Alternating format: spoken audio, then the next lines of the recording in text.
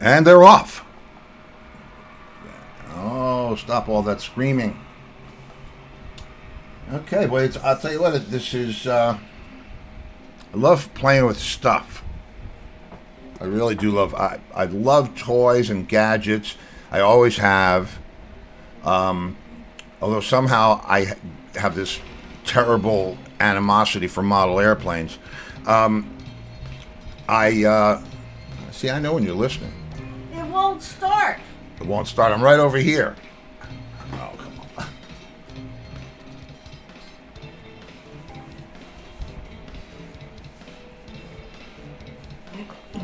What did you do? She did it now, you guys. No, I did not. Yes, you did. It's this new thing that you're doing. It's not a new thing that I'm doing. Okay. What's this? I don't know. Just if you don't do big pressing my buttons, if you don't know what they are. You see, this is what I'm turning the camera right on you Steve. tonight. Now, this is it. No, Get out of there and go stop. back. Am I in trouble yet? Always. Oh, come on. Click on it. I'm trying. Okay. I got it in the newsfeed. You got it. I think, maybe. What do you think this is? The 21st century? Got it. Got it. And there I am, making Google eyes at you. Yes. That Happy Wednesday. Happy Wednesday. It is actually a very happy Wednesday. In music news, Double Vision, the Foreigner guys, our friend Scotty and the boys, are playing Mulcahy's on Friday. So if you're a friend or a listener from the area, Yeah, they're great. they're real good. And go up and say hello from the show, and don't tell us what happens after that. Why? I don't know, because we don't want to know, do we? What? I'm just kidding. God, who are you and what have you done with my wife?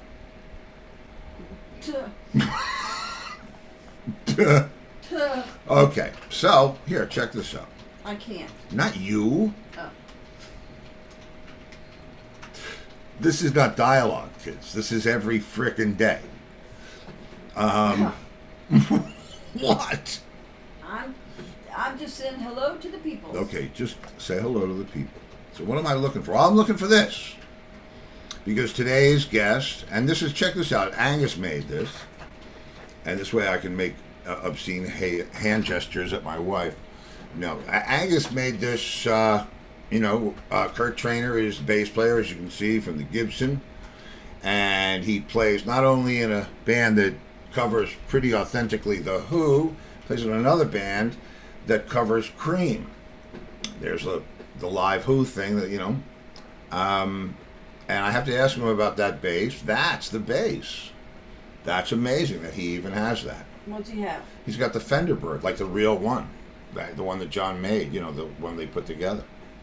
So that's Kurt Traynor. Today on the show, we'll talk about that stuff. And, did he make his own? I don't know. We'll ask him. Oh, Lenny's around. Lenny! Lenny. Yeah, we'll ask him. It looked like a real one, so I don't know if they produced them after the fact. We'll find out. Okay, so what else? Oh, okay, so important dish. So unusual. If you saw in the promo piece there, Kurt actually is wearing the bone suit, or a replica of the bone suit from Isle of Wight, 1970 Isle of Wight. Yes, which was John's exact measurements. Yeah, which is supposed to be anatomically correct, according to John. That's what he told us. But he had 2 jackets and 1 pair of pants, and the jacket that was actually in the film was stolen. But we'll talk about this later with Kurt. We'll see if he's wearing his jacket. And Frank Phoenix says, "Easy, George and Gracie." Hey. Say goodnight, Gracie. See, I have a joke that comes to my head, because we've been together for almost 40 years. Don't send presents. Well, we've No, been we have. married 37. We've been married 37, but together. on the 11th, it's 40 years since yes. you rang that doorbell. Well. Well, what? What? Did you not? I talked to you on the phone first. Yeah, and what an asshole. I said, finally, after all these years of me having a girlfriend. No, I just said that now. Okay. Finally. I'm not connected to anybody. She's not connected to anybody. She's coming to town. I just got a brand new apartment. I was in town. No, this is before that you were coming to town. All right. When I found out about you from your friend. Mm-hmm. And I said, all right. All right. No, I'm not going there. But, no, you said, let's get serious. yeah, I said, let's get serious. But I don't even know why I was telling this story. Because 40 years. 40 years. That's right. Ding Gracie. dong. Hey, it's Lori. George and Gracie. Hey, it's 21st century. What? I mean, the time just zips by. Yeah. We have a good time.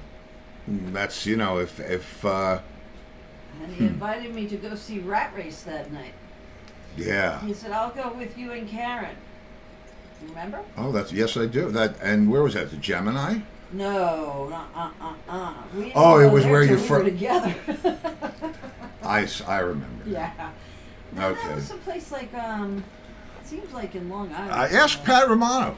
How would he know? I don't know. He might, which would be a little scary. No, you know who would know? Mark Visconti.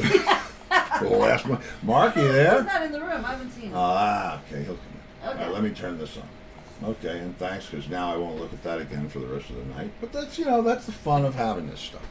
Right. Okay, remember to send your questions in for Brad. Or pictures for Brad and Colby on Monday. Yep. It's Grab Bag Monday I think they said potluck. with this. Okay, grab bag, potluck. Same difference, right? Pot bag. No, wait. Pot bag? Oh, wow. That's weird.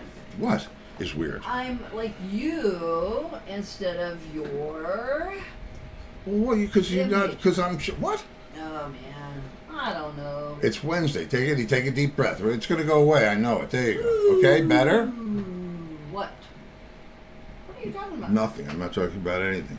You don't know what you're talking about. I need a cigar. That's right, George. You do. Anyway, it's, Yeah. I know. What do you think you're doing? I won't embarrass you. Okay. I love you too much. Okay, so anyway, where are we going? I know where we're going. Let's go over to Jason's Deli because. Hey, Brad. No, that's. Sleigh bells are ringing. And Well, let's go here.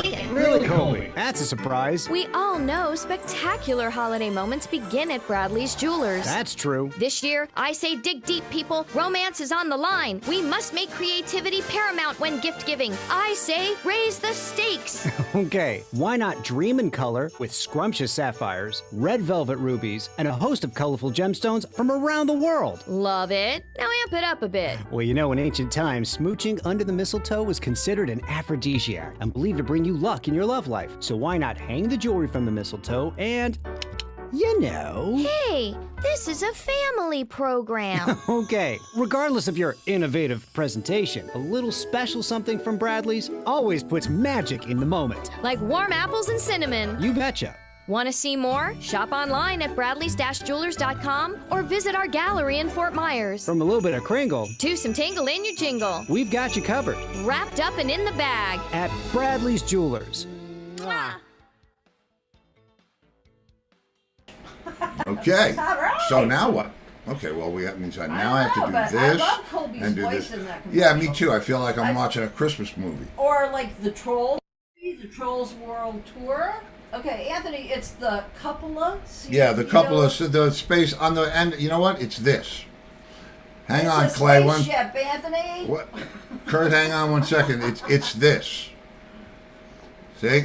Oh wait, you can't see it yet. Here it is. See, I'll turn around. Now that's me. Yeah. See? We really have that in our yard. Yeah, but and it's we're- upside down, but I'm weightless, so it broadcasting just from looks that. normal, because it would be too weird if I was just Aren't floating the stars around. out really nice? So that's what it is. That's me inside of there. These are the windows. You know, it's that. Oh, there's a full moon There's a moon. tomorrow night. Oh, okay. For All right. free for all Friday. Well, so that's Okay, good. I think our guest is here. Yes, he is, and let's have him into the room. Kurt Traynor. Kurt Traynor. Ding dong. Ding dong. Come in. Hey, Come in. No. I don't think they can hear me say that. what, come in? Yeah. Oh, there he is. Oh, there he is. It's him. Hi. How are you doing? Doing good, man. How are you? I'm good. I'm great. Cool. I see the bone suit Yes. shouting at me. Yeah, figured I'd throw that up there for you. And where are you in the world? I am in Metro Detroit. Oh, okay. So you're not making it down to Tampa anytime soon, because the real bone suit jacket is at Dean Guitars in their museum, because they made Really? John's. Yeah, you know the hybrid bass that they Yeah. made. It was designed after the one that's behind you. It was. Nice. Oh, I'll make a trip just to head down there to see it. I'm dying to see it. Well, you played with John at the Magic Bag. Yeah. What? Magic Bag near Detroit. Yeah, I met you, Steve, briefly there. Talked to you for a second. Ah. at the Magic Bag, yeah. I That's was there too with our dog. yeah, but Oh, but she you doesn't know look- what? I think I remember that dog. It was a little Yeah, like he was the lap big. dog. Yeah. Big black one. That was our dog. Yeah, Oh, hilarious. yeah. He made it Joy? into the tour book. Yeah, I also saw you guys on my birthday in '96 at the Palladium in Detroit. Oh, the Palladium in Detroit. Yeah, I remember that show too. Fight broke out right next to me. Perfect. Yeah, my wife was pregnant at the time, so I'm like down kind of up front, Bonus. and all of a sudden fight breaks out, and I'm just like, oh my God, grab her. And anyway, Was I it love Roger and Pete? Yeah, it was Roger and Pete fighting in the audience. Yeah. Well, I'll tell you. We'll go right to the base, because this is I'm amazed to see you with one of those. So I want to talk about that. But when, I don't know, I didn't even remember. It must have been about 12 years ago. I decided there should be a commemorative base. There should be a John base. Wouldn't you agree? There should be a John base. 100%. There's a everybody else base. Let's have a John base. Right. So I had this great idea, which is like, can we all be friends? That's just, I feel like an idiot even saying that. Yeah. But I had an idea. I called up, I don't know if Henry was still at Gibson or who I was calling, but I had the numbers to call. And I called Fender and Gibson, because my very first idea was to redo Frankenstein. Right, the 5 different, and that you could do with all Fender, because they still have anniversary editions of all those parts, right? Right. Then I said, you know what? How about the only Gibson and Fender actually tagged with real logos to do that bass?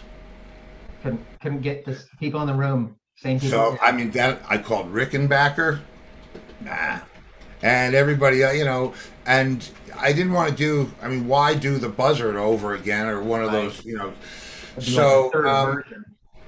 so I knew that if John was alive now, he would want the circuit that we put into that bass. When we were designing the John Russell hybrid bass, Yeah.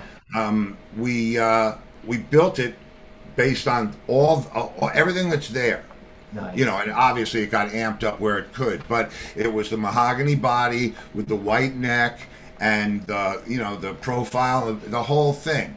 Yeah. And I know when we were putting it together, the only thing that I know is John would want to use the most very recent incarnation of whatever new part there was to stick in the thing. Right.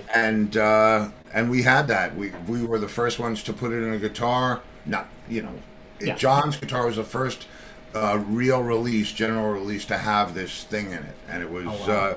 It was made by Aphex. It was great. I mean, it was the whole year of designing that and releasing it was really cool. So it does my heart good to see the Fender Bird in the background there.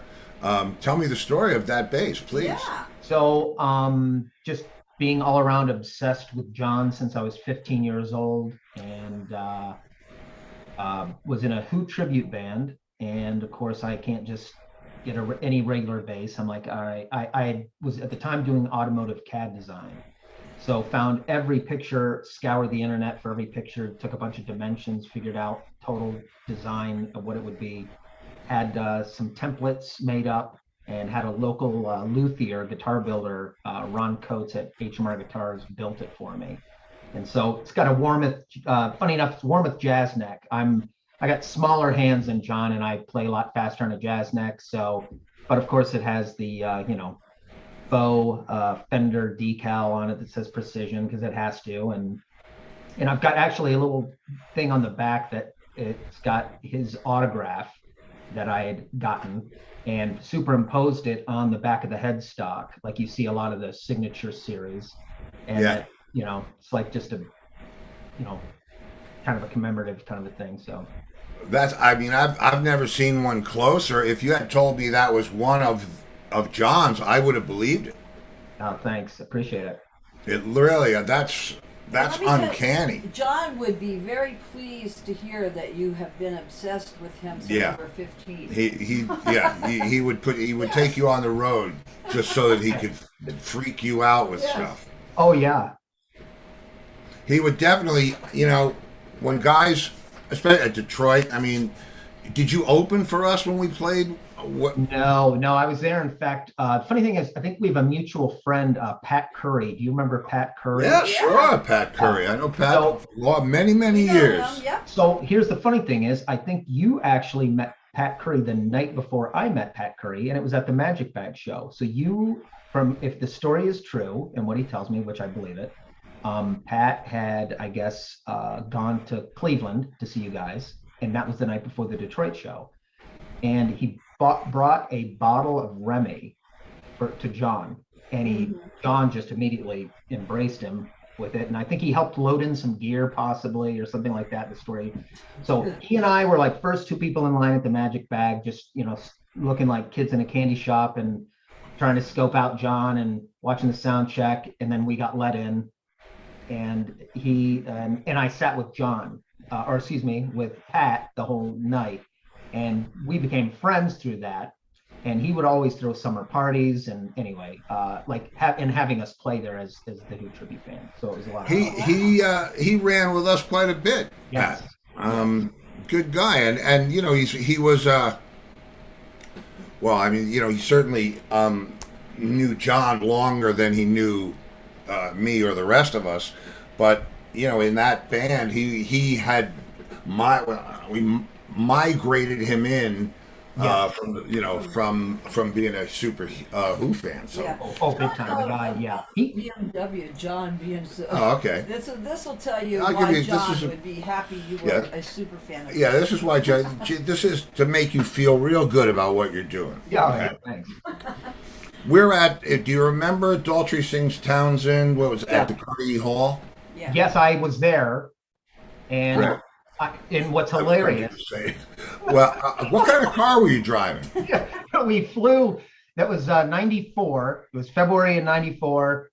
I had fourth row on the aisle, my buddy and I, and you can see us through the whole thing, like popping up. But when John came out and he played with the Chieftains, and he was doing Real Me, and I literally just got up and walked right to the front of the stage and just stood there. I was probably the only person standing, and you can see me. I've got like this mod striped jacket on, and it's hilarious. But well, do you by any chance remember if you guys were at first in line or whatever it was?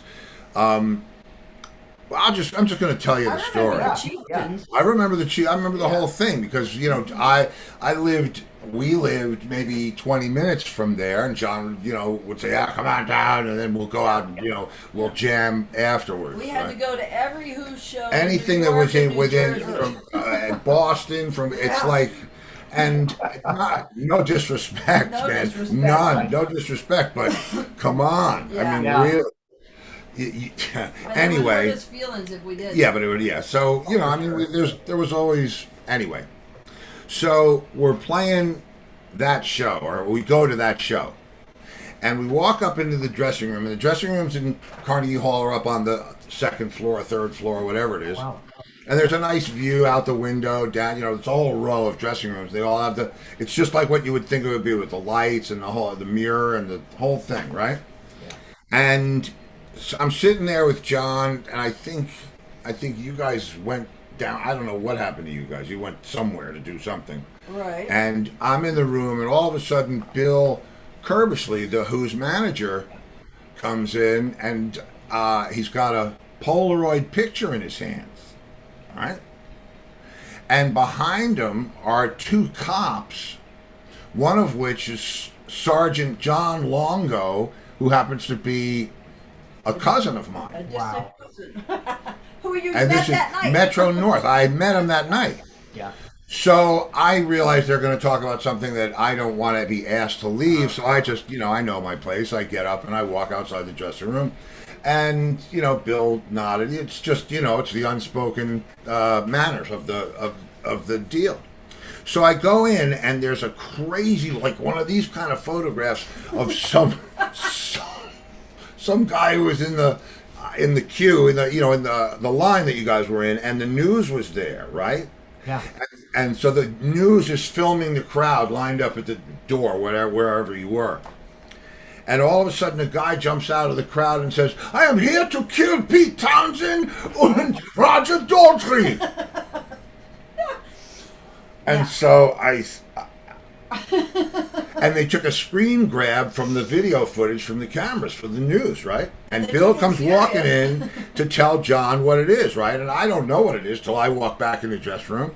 And he said, he holds it up, and I said, "What's that?" He was very upset. Yeah, he was very upset. Very upset. We all walked in. The three of us walked in, and I said, "What's that?" And he said, "This guy came to, he's going to kill Townsend and Daltrey." Some German guy. Some German guy, right? German with a German accent. I'm Yeah. here to kill Sir Roger Daltrey and the Pete Townsend, right? And John's like, he's livid, right? And we didn't really understand and why. we didn't understand what he was mad at. You know what I mean? Yeah, and yeah. I said, "What's the matter, man?" And he said, "What's the matter with me?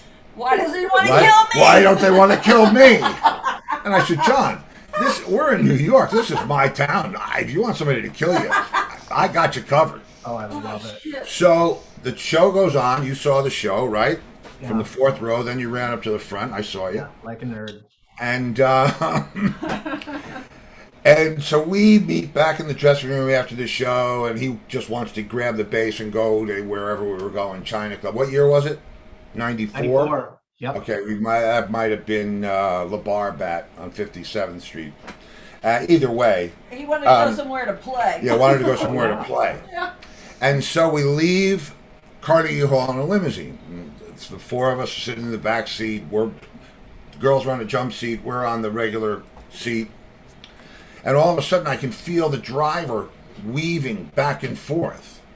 And I'm like, uh-oh. So I lean forward, and I go through the opera window. "What's up?" And he said, "We picked up somebody," meaning that somebody was following the limousine because they probably wanted to see where John was staying and so on and so forth, right? So I sit back down, and John goes, "Oh, what is it?" And I said, "We're being followed." And he said, "Really? Is it a BMW?" I swear to God, that's so great. Yeah. Wolf Hoping it was that German guy. Not even one bit of exaggeration in that story. We looked at it I like, believe it. what? So the fact that you loved Yeah. John, Yeah, he would love that. he would love that, especially if you had a BMW. Oh, yeah. Hey, you got the Fenderbird. That's Meanwhile, we have Les Quite more Chambers impressive. in the room. oh, Les. Hey, man. And he said that the night at the Magic Bag, John signed his bass also. With the buzzard bass, if I recall. I believe he I said remember that night. He said, "Let's not forget John signed my black buzzard at the Magic Bag on the same night." So Yeah, there you go. I'm friends with John Dennis. Chambers, yeah. Yeah. Another Who fan that would come. Well, Okay, that's so mostly you fan. had John signed the bass for you. No, he didn't. He signed Oh. like a just CD. Okay, but he signed one for Les. He signed one for you, Les. Yes. I guess I really owe you a bass signing story. Oh yeah. You can only give one spider a night. Yeah, you remember? would only give one spider a night on his autograph. But this particular night, we had a whole row of rooms on the same floor, and there was a green room, kind of like a living room or party room in the middle. Shit. And his suite was on one side, and my suite was on the other side, and then it went out like that. So when it was time to leave the party, you could just leave and didn't have to worry about anybody following you, and so on and so forth.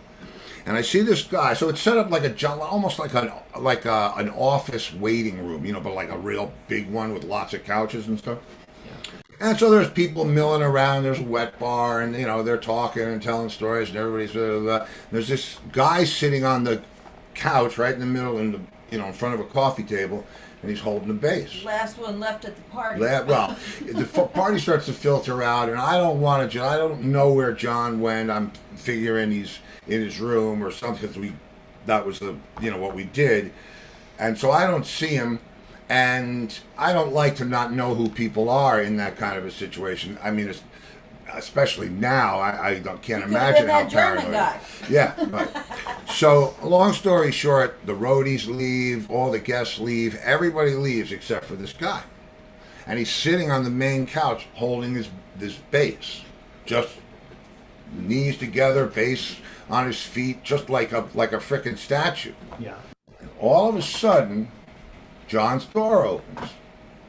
And John's got shirt a little bit untucked, and collar might just be, spider might be up on his shoulder a little bit. Messed up. Messed up hair, wearing his socks, no boots. And I looked at him and I said, okay. And I was a bit, about to leave. I didn't know what was going to happen until I see this girl come out, fixing her clothes, right? And she looks at me, looks at the guy on the couch, and runs out the door. And I'm like, I don't need this guy to go postal on John, right? So John sits down next to him and he says, sorry about that, man. And the guy says, well, it was really our first date, and I hadn't really done anything with her yet. And so John says, "Oh man, I'm really sorry. I really didn't know. So you still want me to sign the bass?" And the guy said, "Yeah." Lost the girl, but he got the autograph. That's right. That's like so true. I can watch that movie in my mind like it's a VHS tape. He was so 100% committed to the part. Oh yeah. Oh my God, that's hilarious. So, how did this Who obsession happen for you now? So when I started, I got my bass when I was 15 for Christmas. And which bass was that? It was a funny enough, it looked like it was like a P bass. It was a Hondo 2 imitation P bass. Okay, I get it. I get it. So I have an uncle that's 8 years older than me, and he was my Aunt Colleen and my Uncle Pat were integral to like turning me on to different groups like the Who and Pink Floyd and Zeppelin and Bowie and stuff like that. And so I remember I was so excited to show my uncle this bass, right? And I've got the strap up and it's like real high and I'm like playing a couple things trying to like impress him, and he goes, "Oh yeah, man, that's great. You look great." And I'm like, "Oh, nice." He goes, "Yeah, you look like John Entwistle." And I'm like, "Who's that?" And he goes, "Well, that's the bass player for the Who." And I'm like, "Well, is he good?" And he goes, "Oh, he's like the best." And so from then on, because he said that, I just was like, all right, that's who I'm going to model my playing after. It's like, one of those things like when you have like a parent who, no matter what you do, they're like, "Oh, you're the best. You're great." And it's like, okay, thanks. So I'm like, all right, if I can play like this at all, then I'll know that I'm getting better and getting good. So I just became hyper obsessed with him. Well, that's a good thing. You could be hyper obsessed with a lot worse things, because, and I'll tie this into some of that wisdom that we pick up on the road. The reason when we put out the hybrid base, the reason we included the updated everything is because that's what John would do, and what John would do if he was here now. God. Which we have a viewer that says she always sees almost 20 years later, if he was here now, he would not be doing what you remember him doing. He would it would be like if Hendrix was here now. They wouldn't still be the first 3 albums. They'd be the next 3 albums. Yeah. And John, we used to spend hours on the phone just talking about gear, because something would come out and we'd have it in America before he could get it, and it was just, he was obsessed with toys and gear, and I didn't have the same budget, but I was obsessed with the same thing, so we just got along, because it was like, well, let's get some of these. He would buy stuff that he couldn't figure out how to work, like the remote control to everything in his bedroom. I mean, did you ever see the movie Still Crazy? Who's in it? English movie. Who's in it? God. The guy who played Lenny and Squiggy. What's his name? Right. Oh no, was it him? No, it that's wasn't you're him. thinking of. No. Oh man, Who's in it? Still Crazy. It's a bunch of English guys, and it's about. I'll find it starts out with all of these guys doing menial jobs, right? I mean, like one guy's the main guy who wants to get the thing back together. They were like huge in the '80s, and now it's like, 1999, and no one remembers them. And the one guy's refilling condom machines, and the other guy's working in a pipe factory, and the singer is still living the rock star life. Yeah, Ray. Right? His name is played Ray. By Bill Nye. Nye, yeah. Bill Nye. Billy Connolly. Billy Connolly. Yeah. And so Ray. There's a scene where you first meet Ray, and he's in this very Entwistle-esque, country manor. Yeah, like 50-something rooms. And he's on a revolving bed, and he's got 20 remote controls, because it was before you had one that did everything. Right. For every CD player, DVD player, hard disk player, whatever the hell else was there was like 10 at least remotes everywhere, right? And so in this movie with the guy Ray, he's on a round bed. He's got remotes all over the place. The bed starts spinning around because he can't find the remote. He's opening and closing the electric curtains, and it's just all the lights are changing, but he can't, mute the TV. Right. All right, so that's the scene. So John says to me, "No, have you seen Still Crazy?" And I said, "No, I haven't seen." He said, "Oh, you gotta watch it, man." And so I said, "Well, I'll just wait till I get there. I'll watch it with you." And he said, "No, you're gonna laugh your ass," right? So we get to that scene, right? And here's this guy, and he's got gray hair, and he's fiddling around. And you can tell he's kind of confused. And John's sitting there laughing his ass off, right? And I looked at him and I said, "What are you laughing at, man? That's you." It was. It was. He had, interesting fact for you, there were 2 master suites and 2 whatever else suites. There were 4, complete. There were 4 suites. 4, but the 2 with the electric windows were in the front of the house. Okay. Right. If you've ever seen the Vampires CD, where we're all kind of with the English countryside in the background. Yeah. We're actually sitting on a radiator on the top floor of in John's bedroom, because he had a big mirror, like this kind of big mirror, and it went down like a car window. Oh my God. Right? And so I said, "Well, let's just sit here," and so you see us way high up above the English countryside. We're in his room. Oh, that's hilarious. Yeah, and he had air conditioning installed. Who in England has air conditioning? Not in that kind of house. Yeah, he did. He had a doghouse built for his dogs and had it heated. Yeah, So called when they walked in the door, the called heater dun would go on. sniffing. They- And when they oh, walked through the door, they would trip the heater to go on, and they'd be comfortable in there. Oh, that's genius. I love it. True story. And he used to love it. He would get home from tour, Who tour, whatever tour, Daltrey tour, JE tour, and he would look forward to all the cool stuff that he was going to be able to do now that he was home. I remember what he got. He got ATVs. Yeah. And John never learned how to drive. He had, he really didn't know how to drive. And I mean, that's he had probably some- a good thing, or he probably Yeah, would that's have been dead a lot. Oh, that's God. very good thing, yeah. Oh yeah, Yeah. that could have been disastrous. Yeah. But listen, he knew what it was. So, where are you currently appearing? We are getting, the whole COVID thing is not really helping. Believe me, I know the COVID thing. Yeah. Yeah. So we've got some stuff we haven't officially booked. We've got there's two venues in Detroit we're working that we've played before that we've got to get sorted out a date. And then another place that we had been in talks with them kind of a few years ago. And because it's with our drummer being a touring Ringo player and, various Beatle tributes, his availability was slim to none. And so we try to squeeze in shows and would hit Chicago at the Rosemont Summer Concert Series. Like We played there. Didn't we play there? I think you did. Yeah, because Rosemont, they've got a pretty big venue right there. Played Taste of Chicago.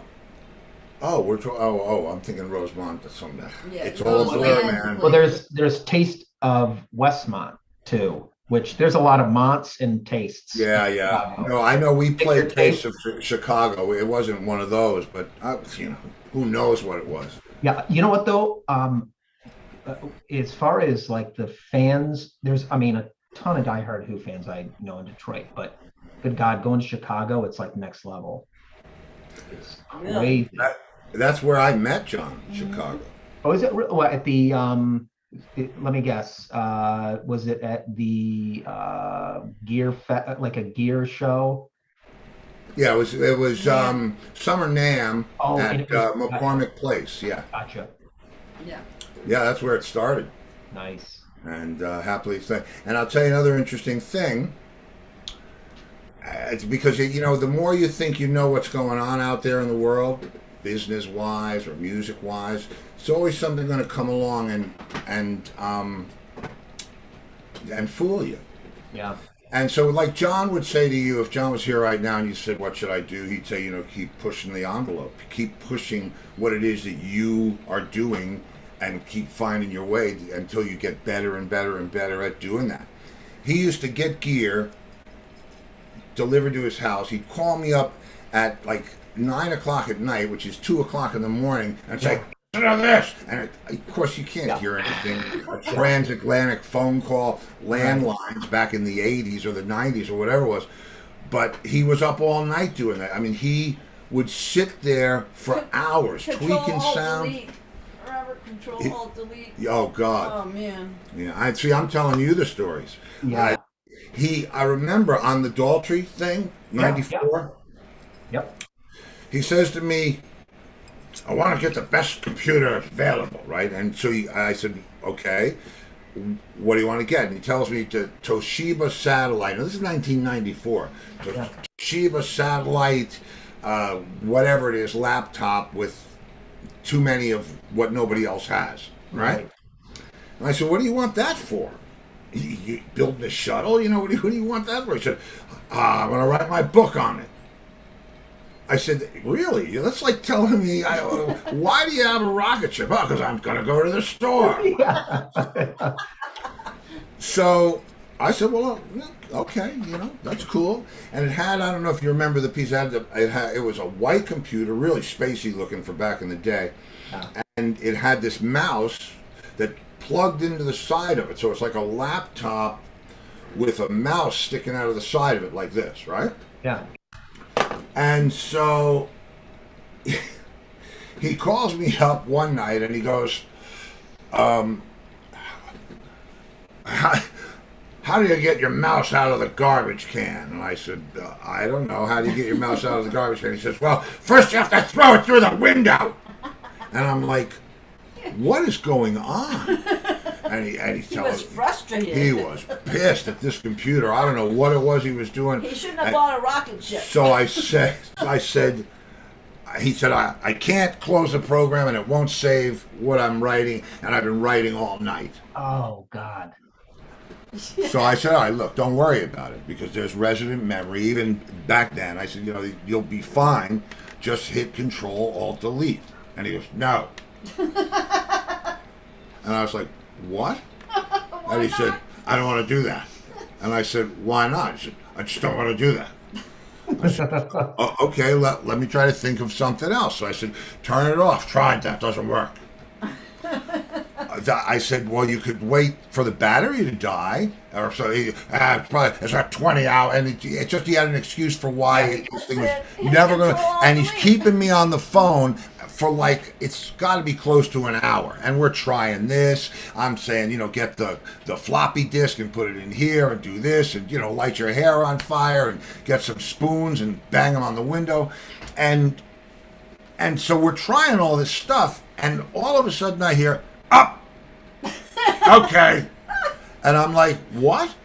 And he said, it's okay. It's okay. And I said, what'd you do? And he said, I hit Control Alt Delete. Oh. Which he could have done 45 minutes earlier. I don't want to do that. I don't want to do that. He probably thought the delete was going to delete. I don't know what he thought. Why do you call me and ask me how to do something when I tell you? But that was him, man. That was. But what a funny guy. Listen, I'm gonna play a commercial. Take a quick break. I have a sponsor that I have to acknowledge, and I'll meet you back here in about 45 seconds. Okay. Awesome. Yep. All right. Thanks. And let's see. How am I gonna do this?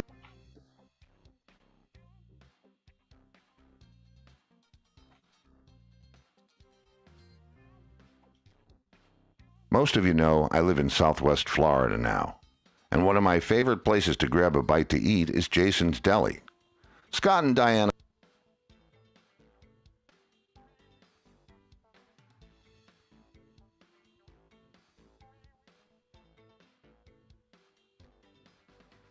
Most of you know I live in Southwest Florida now, and one of my favorite places to grab a bite to eat is Jason's Deli. Jason's Deli. Scott and Diana Willis have been in business here for over 20 years. The truth is, Jason's Deli has bigger choices of better food. You can eat healthy and enjoy the taste of quality ingredients. They're open 7 days a week for dine-in, pick-up, or deli delivery. With 4 convenient locations from Naples to Cape Coral, Florida, they are a must-try. Jason's Deli, where all good things come from wholesome ingredients. And Bradley's Jewelers in South. Nope, not Bradley's Jewelers in Southwest Florida. Nope. Nope. Jason's Deli. That's all right, there's right. Kurt. He's back. What's going on here, dude? You got the golden radio voice there. Oh, really? Do you really think so, Kurt? We used to, thank you. It's fun doing that stuff. I've always been more creative than I had freedom. As a little kid, I was doing whatever I could do to make something sound a way that it never sounded before. I think it's one of the reasons John and I got along, because we were always looking for the next thing and next thing. They were both nuts. And it was all about the gear. We played a place in Piermont. What's that place called? Turning Point. The Turning Point. Holds 85 tiny people, right? It makes Magic Bag look like the Madison Square Magic Garden. shopping cart. Okay, 85, maybe 90 people if you're jamming them in there. And we use it as a gas station because it's better to play someplace and at least balance your books rather than just have expenditures and not earn any money. So I said, let's play this place. It'll be cool. It's a listening room. And so the roadies come out and they said to John, how much of it? And he said, all of it. Little Manhattan. Little Manhattan, the same rig that he uses at yeah. Square Garden, all of it. And so they bring it all in, and then they come to me. How much do you want? I said, all of it. So the two of us took up the whole stage, and the guitar player, the keyboard player was in the stairway. If you've ever been there, No, up he's to never where the been there. dressing He's rooms from go, Detroit. and the guitar player was standing right in front of him, and it was just people wanted to sue us for hearing loss. It was so loud. The chairs were vibrating from John's bass. And he did not give a shit. If it's too loud, back up. Anyway. True story. Yeah, there's a few Okay, of them. so we need to So know. yeah, tell us about your Who band. What's the name of your Who band? So it's called Live the Who, like Long Live the Who. Oh, okay. Live the Who, because it's a nice play on words. Live the Who. Yeah, which we get a lot. We've had many people. Oh, Live the Who, and it's like, So either one. Well, at least they're going to get it right on the T-shirt. That's right. And is it .com? Yeah. What's the website? You know what? It is down. I gotta do a little update on it. But we're on. We've got a Facebook page, and so there's a link to the currently down website. But Well, hit us. Hit us with the link when you get it together, and I'm going to show you an interesting thing. I can't show you too much of the interesting thing, but I can show you this. That is something you thought you would never see. It's called a record deal. For not one, but two John Entwistle records. no shit. Oh, yeah. mic drop. Yeah, mic drop. Where's my mic? Just signed it today. Yeah, just signed it today. So and now that's what I was saying before. The stars line up. You know what I mean? Like, Oh my God, that's awesome. I didn't plan this way, but here we are with the buzzard and the bone suit, and Yeah. it's cool. Nice. What So- what kind of stuff is it going to be? Like It's rare. It's blues. Yeah. And 40s popular songs. Yeah. We're doing a tribute to Sinatra. It's bass and drums and some other guys. Perfect. No, what it is, and I'm still, because we have too much material to just release one album. Yeah. So we're going to do it in two parts. So there are going to be either mixes of stuff that we didn't use, so in essence different versions, Of the or alternate versions of things from like some of the vampire stuff. There are alternate versions that John sang, that other people sang. There's one version of Left for Dead with an extended end that goes on for like 4 minutes, and it's us playing My Wife. Oh, nice. Do you know that song? What? Left for Dead? Left for Dead? No, Left for Dead. Yeah. Yeah. Okay. Well, so you know that the first verse is the spy verse, the second verse is the cowboy verse, and the third verse is the boyfriend/husband verse, right? Yeah. And after the spy verse, we play the James Bond theme. And after the cowboy verse, we play Magnificent Seven. And after the bride verse, we played My Wife. Only this one particular version, we just didn't stop. So it was just a run out, But these are the un-PC lyrics. Yeah, well, yeah, and there's versions of songs that we couldn't use for the vampires thing because the lyrics were a bit too crude. And then there's some demos. I mean, there's some really rarity kind of stuff. I have, there'll be some acetate recordings from, some of the early stuff that he wrote for solo albums. Oh, wow.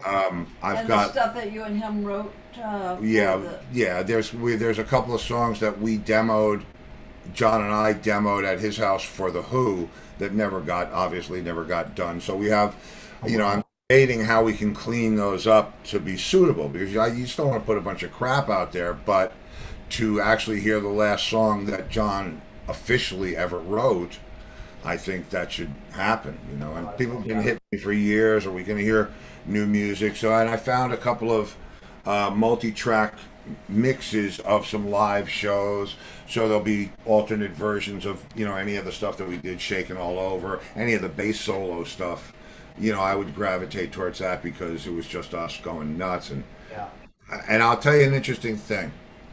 When I I first heard about the Who in the '60s, right? I mean, and I remember the Who before Tommy. I remember Sell Out, and I remember all that, and I remember there being time before that. But when Live at Leeds came out, for me, it was like, that's what I want to do. I want to burn your fucking face off and then get you to beg me to do it again. Yeah. And I don't know that I recognized that was coming from John. I knew Keith Moon was just playing music by the pound. He was just all over the place. And so, when we finally decided that, when I actually heard in '71, the first Entwistle solo album, Yeah. I was waiting for it to be what I was expecting, which was bass and drums and some other guys. Yep. And it was his most clever, deep, storytelling. It was totally different than what I was expecting. So I kind of dropped the ball on John. I always got the Who thing as a group, and certainly Tommy, and as it went on, and Who's Next. But I wasn't focused on it like I was for Live at Leeds, because there it was. Right. It's right there.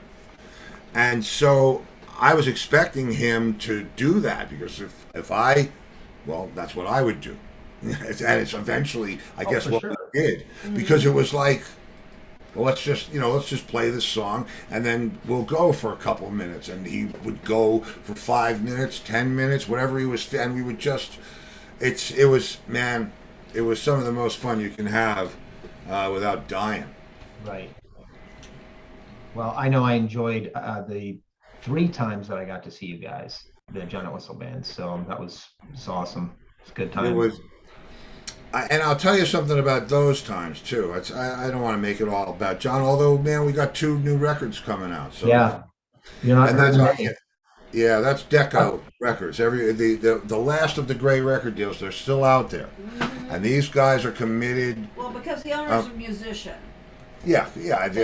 Anyway, they get it, and they do the right thing by a lot of artists, and they're releasing vinyl, and they're doing it for the audiophile or the super fan that has to hear that original thing that they heard, however many years ago. So Yeah. But so tell me this: what rig are you using? What are you playing through?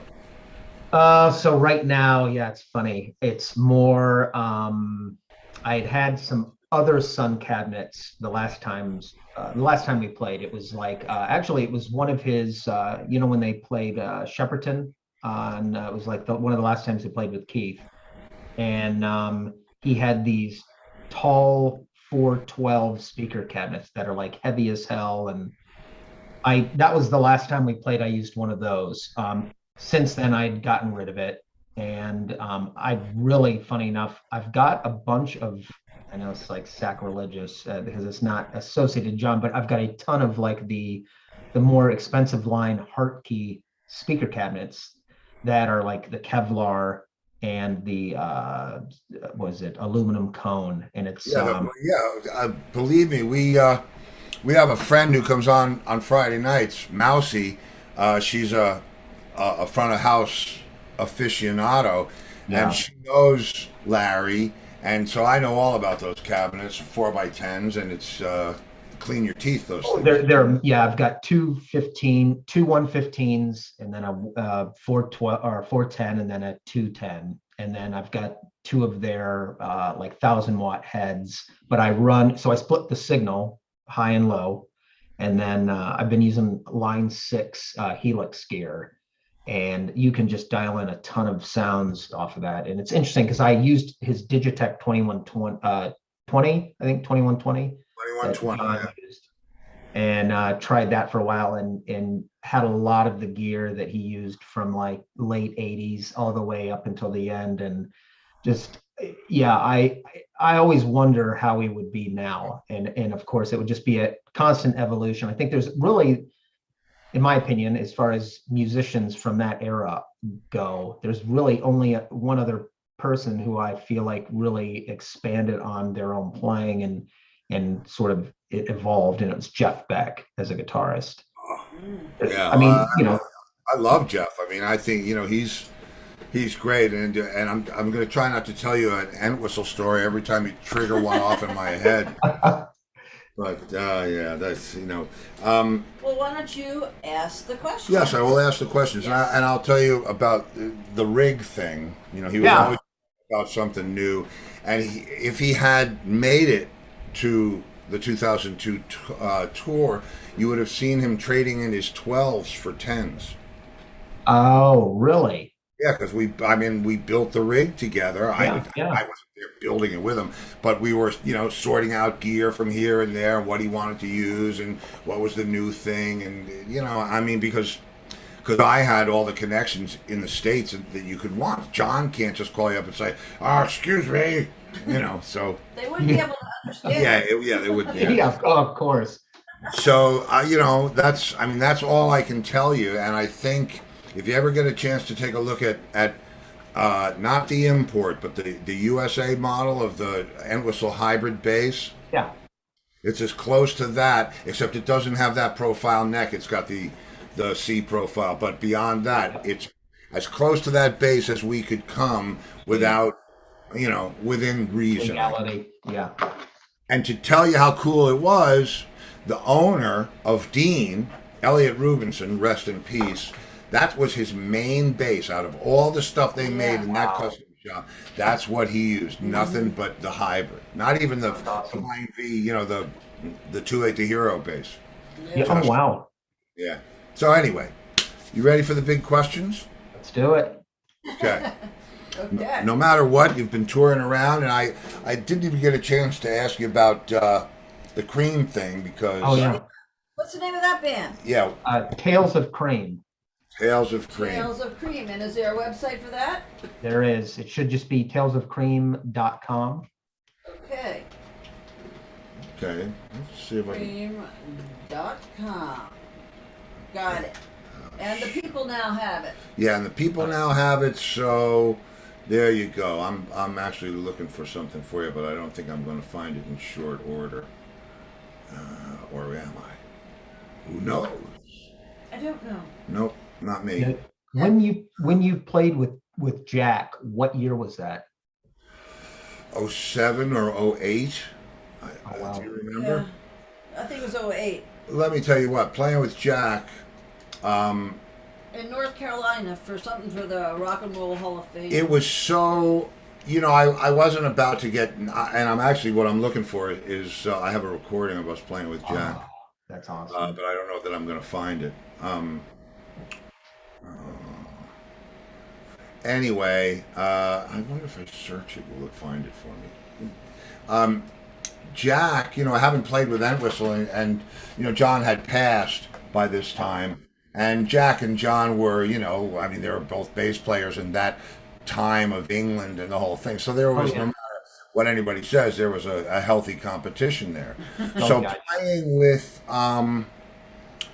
playing with John for all those years, I'm like, okay, no problem. This is easy. And then I get the opportunity to play with Jack. And playing with Jack was so exactly what it was supposed to be. John and I, it's hard for me to think of John in any other way other than my friend and us. Oh, here you go. Let me know if you can hear this. All right. No, play now.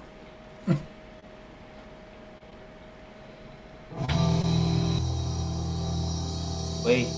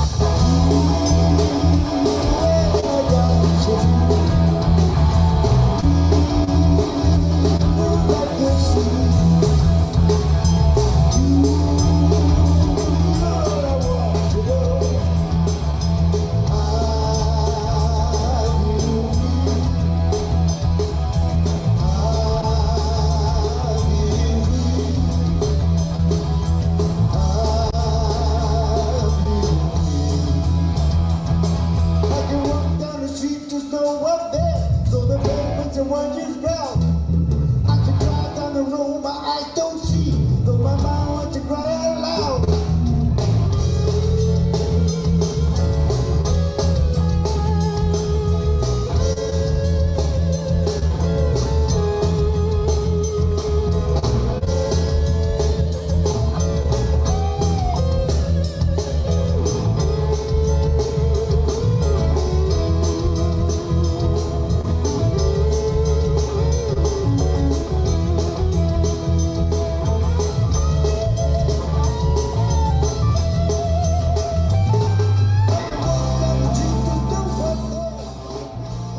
Awesome. Anyway, it was like that.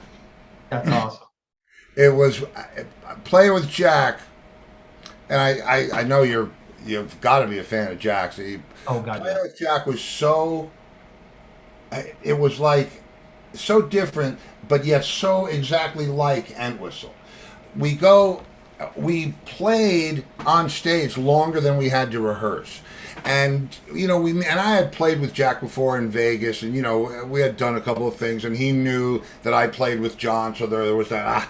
Uh-huh. And so I played with him at Rock and Roll Fantasy Camp. He was like one of I was one of the counselors, and Jack was one of the counselors, and my group that I was, it's people that pay to go there and get put into a band and live the life for a week. So my band decides they want to do Sunshine of Your Love, right? Only the drummer totally freezes when Jack walks in the room. Well, I mean, he cannot, he's doing this. They're not really musicians, And the they are, but little they have girl other was, jobs, the little yeah. girl was, so we're in there and we start this, and I said, look, just relax, I'll play the song. So I play the song, and at the and he's getting into it with the kid, with the student, whatever, the counselor, campers, and at the end, the run out of Sunshine of Your Love, all of a sudden, I just started doing what I always did when we played it as a cover band, because guess what? We've got 2 minutes to go nuts, and I've got 2 bass drums and whatever. And the minute he heard me go, he didn't even have to look at me. It jerked his head around like that, and he knew. And we went. If I can't really explain it any other way. But this particular night that we played in North Carolina, it was the same thing. The end of Sunshine of Your Love was longer than the song, and he's playing that relentless Warwick. He was. Right, he told you sing Eric's part. Yeah, and so you got to be in rehearsal. We walk into the rehearsal place, and it's like a little. What do you want in Raleigh, North Carolina? You're not finding SIR or whatever else you're used to, right? So the guy walks us into this room like somebody's going to give a drum lesson in here, right? And Jack says, we're going to rehearse in here. And the guy said, yeah, it's our biggest room. And Jack says, I have toilet rooms bigger than this. And he says, where's my amp? And the guy points to this whatever, like a practice amp. I forget. Wait, what was it? I got to remember what it was, because it was something Galen Kruger. Oh, wow. And he said, you want me to play through this? Surely it will perish. And he just called the songs, and my guitar player and I knew them cold we played them forever, and we had so much chemistry back and forth between me and him. Jack was picking up on it, and we were there. And when we were doing that, it was just, to answer that question, what was it like playing with Jack? It was like I had been doing it my whole life. Awesome. But when we're in rehearsal and we're doing I Feel Free, he says, you sing Eric's parts. And I'm like, who says that? Who gets that said to them?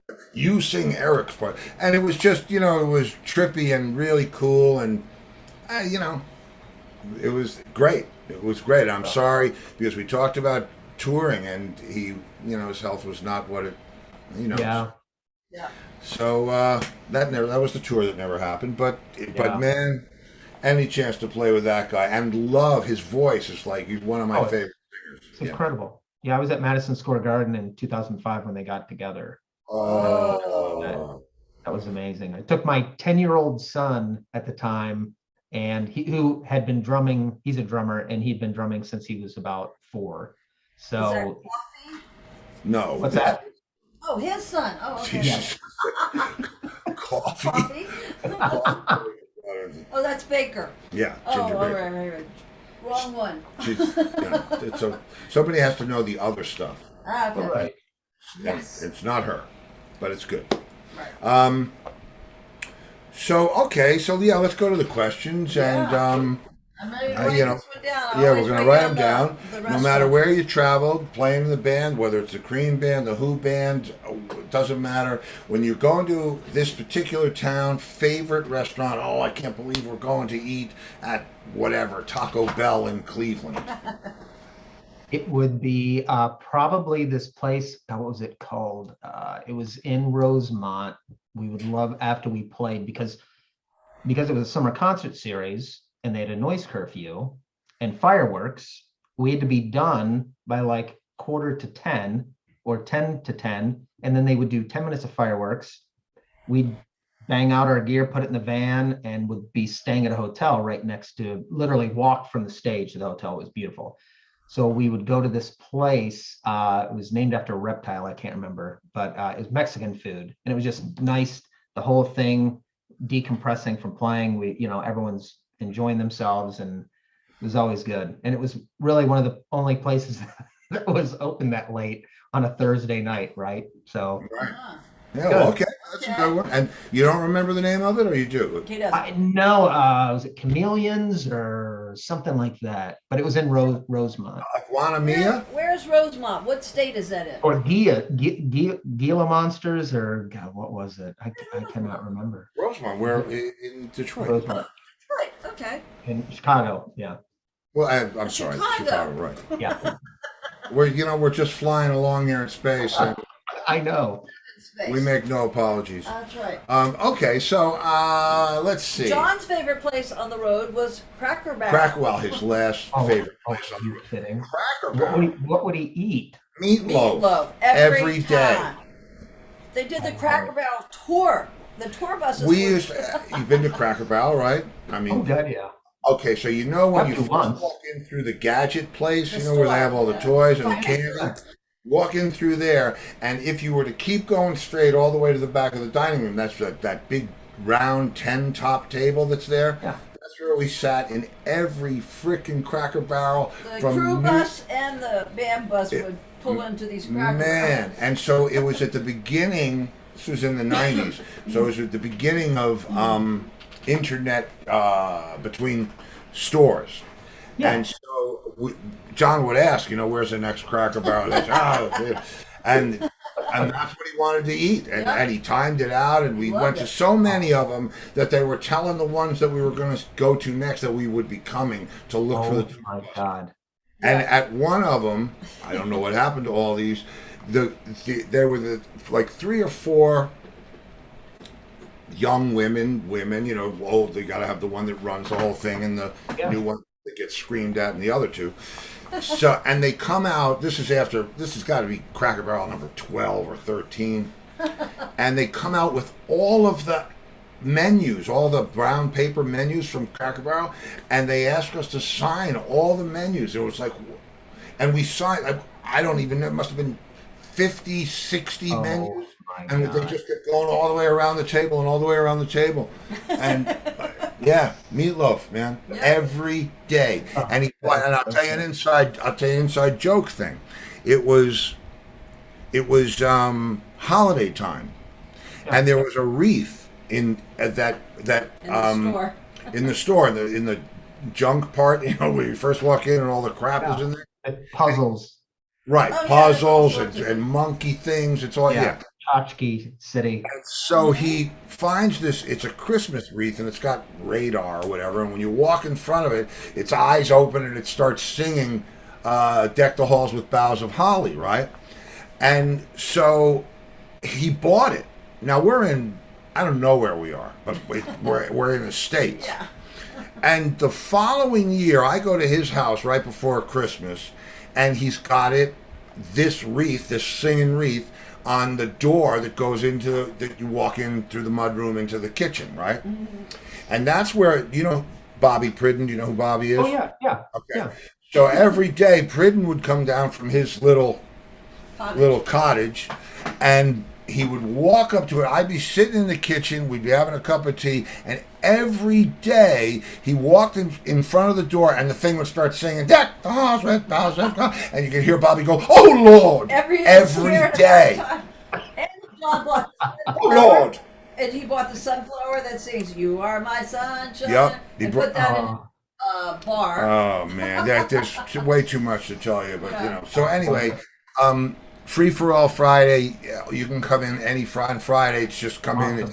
It's free for them. Get what you get. Yep. And I'll explain to you about the peas if Angus didn't already. But we'll get. Yeah. We'll do something with that. People in on Friday. But I do want to ask you the question, so it's. Oh yeah. Edition. So we'll move on. All right. Yeah. Well, we doesn't matter what band. Doesn't matter when. Set list comes out. Oh, that's my favorite song to play live. Favorite song to play live. Real Me. Ah. Always. Do you remember Matinee Madness when I'm sure we did it at the Magic Bag. Yeah. We invited somebody up to sing The Real Me. Yes. And they didn't realize till they got up on the stage that they had to start it. Yeah. I have people sending me videotapes of their friends doing that. And I love it. The guys, they're standing there like this with the mic, you know what I mean? They're ready to sing The Real Me, and they don't realize they guys. Started. Guitar player walk over and whisper in the guy's ear, "Can you see the real me? Can you?" And then the rest would ensue. But man, just to talk about John for a second, this is a guy and arguably one of the 4 British Invasion main most influenced bands of all time, so on and so forth, whatever, right? And here he is playing at the Magic Bag or any other place up or down from there. Right. And guys are on stage singing and looking at him like, "I'm singing with John Entwistle," and he's like, okay, but I mean, think about that. That's not something I get it. that happened. I mean, I had to say to him, "Listen, why don't we do this?" And he said, "Oh, the lunatics running the asylum," but the way Matinee Madness happened was we were pulling up to venues, and there were 150 people there with stuff for him to sign, and in the rain, and he'd get hustled through. Nobody ever got to see him. So I said, "What if we let those people come to?" We called it Matinee Madness, and we did this. We could do our sound check. They would get to see something they never got to see before. And we might be able to pay our bills at the end of the tour. And so he said, "Yeah, okay." Yeah. And that's what it was. I mean, it's just that simple. Yep. Yeah, I enjoyed the hell out of that. That was good. Yeah, well, I'm supposed to be enjoying your story, but now the set list comes out. Yeah, so all right, set list comes out this time, and you're not so happy to see this song. Don't like playing this song live anymore. So regarding any Who song, I'm any song, any song. So out of any of the songs that I've played like live, and so I would choose them between Cream and the Who. It's funny. I don't know if there is any song by the Who that I just really wouldn't want to play, except if it was like, okay, we can cut one song, and I immediately, before the sentence was completed, it would be Magic Bus. Ah, okay. Just only because it's just you're just you're doing that, and then it jams in the middle and at the end, and if you're playing the live at Leeds version, then it gets exciting, and you got to wait for that for about 10-12 minutes, and then so be it. Okay. But I could pass on Magic Bus. Yeah, okay, all right, that's good. That's fine. That's that's good. And so then the next question, very simply, if you could play any instrument other than yours, can't play bass, but you could absolutely shred at any instrument in the whole instrument universe, what would it be? Hammond organ. Oh, yeah. Man, yep, I'm here to tell you, We That's love a- a Hammond I organ. love a Hammond organ. Oh, I mean, it does everything. I mean, you just real quiet, subtle stuff you hear in songs. It's so moody, and then you hear Deep Purple and just blazing keyboards, and Oh, not so even just the rock stuff. Booker T and the MGs, Smith and Jimmy Smith. there's, I mean, Felix Cavalier, Mark from Vanilla Fudge. It's Oh yeah. great player, Mark Stein. Great player. Yeah. And, it's a great instrument. So bravo, that's a good one. And I would agree with you. And so would Rabbit Bundra. Yeah. Okay. So now, I think I might know this, but I'm not sure. If you could play one show with anybody or any combination of guys, living or dead, who would it be? It'd be definitely be performing with The Who circa Keith Moon. And I would say definitely around early 70s specifically, just because that's my favorite John. I mean, I love all of his bass gear, how all of it sounded through its incarnations, but definitely the favorite with the Thunderbird, and Keith was just on fire. And so, yeah, definitely that. That's an amazing tribute back there. I know he's smiling looking at that. It's just that's so incredible. And you know what? You just gotta follow your heart and make it happen. John, he would reinvent his rig for every tour. Yeah. He would spend all his time off getting ready for the next tour, no matter how long it was going to be. And that's why I love going to NAMM shows, because he could see all the gear before it came out, and everybody could send him anything he wanted. And and he was fantastically adventurous. And I have no idea. We used to say, because we were friends. I mean, we were bandmates, we did business and all that, but we were honest friends. And we used to say, we used to have nice conversations at 4 a.m. What will we do when we can't, or we don't want to go out and play anymore? And, he was always thinking about what was ahead of him. Yeah. And just a privilege. And, in one hand, it's just so matter of fact, my friend. But on the other hand, it's like, holy shit. Yeah. I can only imagine you looking over and it's like, oh my God, it's insane. Okay. Pass the Peas. Okay, yeah, Pass the Peas is. Did Angus tell you about Pass the Did Peas? he tell you about Pass the Peas? He did. Okay. So you'll get some peas from me, Cool. and break out that bird and send them back with some heat. Awesome. I'm in. Remember about Free for All Yeah, Friday. don't forget Free for All Friday. You're always Oh, for invited sure. any Friday. Just come in. If you're, the funniest part about that, and some of the most fun, is guys call in from dressing rooms or the side of the stage, or Yeah. go running down the road. So even if you just poke your head in for a minute and say hello to everybody, the stories Nice. are phenomenal. But I'll tell you one thing about John's gear. When after he passed and I was doing the interviews for Ox's Tail, I was talking to Bobby, and he said, we always look forward to see what the next Entwistle rig was. And you talked about the Sun Coliseum stuff before. Yeah. Bobby walked in the first day, technical day of rehearsal for that tour, and he said, why has John got a PA system on stage? I love it. Yeah, oh yeah, man. And he loved that shit. He loved it. He just loved his gear. And the other thing, I'll leave you with this. I'll give you a witticism and his favorite bass. If you asked him, what's your favorite bass, he'd say, the one I'm playing tonight. Oh, wow. Stock answer, no matter what. And that was as much because this is the one that gets me where no other bass will get me. Yeah. And the other thing, and this is, good when you're making records with your friends, I'm mixing a record, And he walks in the control room. I'm mixing with Bobby, and we've got automation starting to go, and we're doing this whole thing. And I guess I had a puzzled look on my face. And he said, "What's wrong?" And I said, "Well, I can't decide if the bass is too loud or not." He said, "Turn it up. Then you can be sure." That was John. That was my So boy. good. So good. He was everybody's boy. He loved, he was a big-hearted guy. Anyway, listen, man, let me let you go. Thank you for being here. Keep us Appreciate it. posted on where you're playing, and Yeah. I hope we'll see you on a Friday and get ready for some peas. Would love it. Sounds good, man. Really appreciate it. Made my night. Again, Okay. thanks for being here. Bye, Kurt. Yeah. Take care. Yeah, good Kurt. night. I All will right. see you. See ya. Stay warm in Detroit. Oh, I'm gonna try.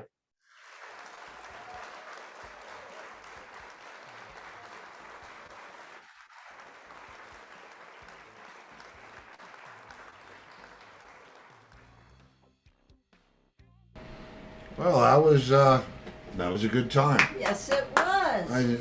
Was I a story hog? No, I think that he enjoyed hearing stories. Well, yeah. I mean, if John is like, the reason he played bass. Yeah, I guess he should hear the stories. But we didn't get to know anything about him. But, that's another thing that I love about this business and the opportunities that I get to broadcast or to be on a stage or whatever. And that is, I've always loved Show and sharing. tell. Yeah, show and tell. Janice, you remember. Kindergarten, show and tell. I was up for days getting ready for show and tell. And if there was anything that I ever wanted to show and tell about, it's rock and roll. And it's music. And it's these guys and you guys. And What happened to my stream? what happened to your screen? My stream. Oh, your stream. I Yes. don't have any idea.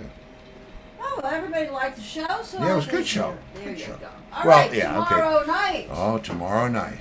we have saxophone player Frank Elmo, who has played with Julian Lennon, Power Station, Duran Duran, amongst others. Oh, wow. So he's got to have Nile stories.